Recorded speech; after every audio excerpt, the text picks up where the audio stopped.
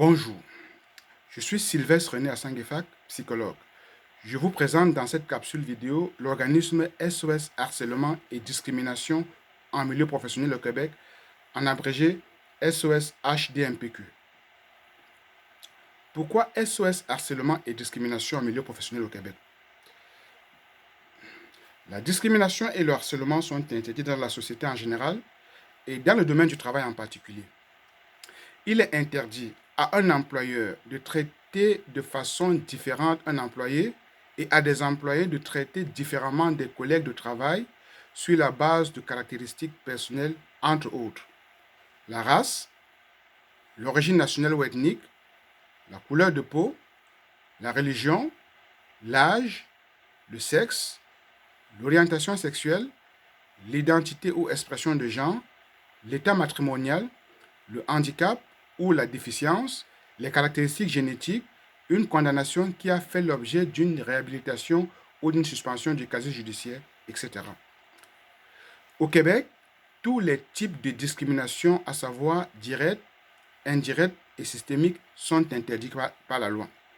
L'article 10 de la Charte des droits et libertés vise à protéger les personnes contre les actes de nature discriminatoire, quelle que soit leur forme et leur manifestation.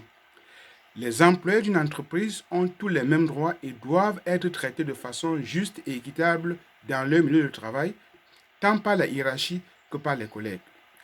L'article 10 de la Charte des droits et libertés stipule, je cite, toute personne a droit à la reconnaissance et à l'exercice en pleine égalité des droits et libertés de la personne, sans distinction, exclusion ou préférence fondée sur la race, la couleur, le sexe, l'identité ou l'expression de genre, la grossesse, l'orientation sexuelle, l'état civil, l'âge, sauf dans les mesures prévues par la loi, la religion, les convictions politiques, la langue, l'origine ethnique ou nationale, la condition sociale, le handicap ou l'utilisation d'un moyen pour pallier cet handicap. Fin de citation. Il y a discrimination lorsqu'une telle distinction, exclusion ou préférence a pour effet de détruire ou de compromettre ce droit. Malgré ces mesures de protection prévues par l'article 10 de la Charte des droits et libertés, les événements qui marquent l'actualité nous amènent à constater que la discrimination et le harcèlement sont encore très présents dans plusieurs milieux professionnels au Québec, à tel point que les différents paliers de gouvernement, à savoir le fédéral, le provincial et le municipal, ne cessent de légiférer pour protéger les travailleurs face à ce fléau qui prend chaque jour des proportions inquiétantes dans une société de plus en plus plurielle et diversifiée. En effet, les allégations de harcèlement et ou de discrimination en milieu de travail peuvent entraîner des situations très délicates et fortement médiatisées, pouvant entraîner des graves répercussions sur la santé mentale du plaignant et entacher de façon significative la réputation d'une entreprise. Qu'il soit lié à l'âge, au handicap, à l'orientation sexuelle, à la grossesse, à la race, à la couleur de peau, à la religion, au sexe ou tout autre motif protégé par la loi, on remarque simplement une forte résurgence du phénomène dans la société en général et en milieu professionnel en particulier, avec des graves répercussions sur la santé mentale des victimes, entre autres.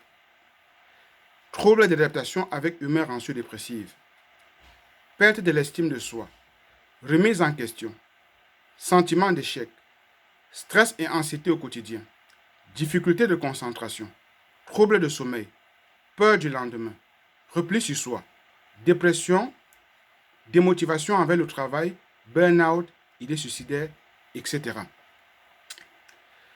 Paradoxalement, les victimes ne vont jamais chercher de l'aide psychologique, encore moins porter plainte devant une juridiction quelconque. Ils ne pensent à demander de l'aide pour leur santé mentale que lorsque la situation devient critique, voire chaotique. Face à tout ce qui précède, devons-nous croiser les bras en spectateurs résignés? Nous croyons que non. C'est à la lumière de ce constat et face aux nombreux cas de harcèlement et de discrimination que nous constatons aujourd'hui que l'organisme SOS Harcèlement et Discrimination en milieu professionnel a été créé, en abrégé SOS HDMPQ. La mission de cet organisme est de lutter contre le harcèlement et la discrimination basée sur la race, le sexe, la religion, l'orientation sexuelle, le handicap, etc. en milieu professionnel dans le but de protéger les travailleurs contre les différents abus. Les objectifs visés par cette organisation sont les suivants. Apporter une aide psychologique aux personnes victimes de harcèlement et de discrimination en milieu professionnel dans le but d'améliorer leur santé mentale. Accueillir, évaluer et orienter les personnes victimes de harcèlement et de discrimination vers des services appropriés, tant publics que privés. Référer les personnes victimes vers des services d'aide juridique afin qu'ils soient accompagnés dans leur démarche. Organiser des activités sociales, des séminaires ou toute activité portant sur le thème du harcèlement et de la discrimination en milieu professionnel, et ce, dans le but de réduire, voire annihiler complètement le phénomène. Prévenir la discrimination et le harcèlement en milieu professionnel au Québec en sensibilisant la population. SOS Harcèlement et discrimination en milieu professionnel se veut une clinique spécialisée pour accompagner les personnes victimes de harcèlement et de discrimination au travail dans sa quête de réponse dans une société où le travailleur ne comprend pas toujours les différentes juridictions et les différents services de santé mentale mis à sa disposition. Si vous estimez avoir vécu du harcèlement et de la discrimination au travail en raison d'une raison quelconque, d'un motif protégé par la loi, si vous détenez une assurance privée, un programme d'aide aux employés ou alors rien de tout cela, merci de nous envoyer un message à l'adresse suivante: sos.hdmpq@gmail.com. Je reprends: sos.hdmpq@gmail.com. Nous tenterons de vous accompagner dans votre quête de bien-être au travail.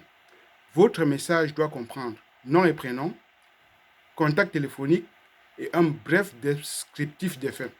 Vos informations seront traitées de façon confidentielle. Merci de partager cette vidéo afin de susciter un changement de mentalité dans notre société. Merci et à très bientôt.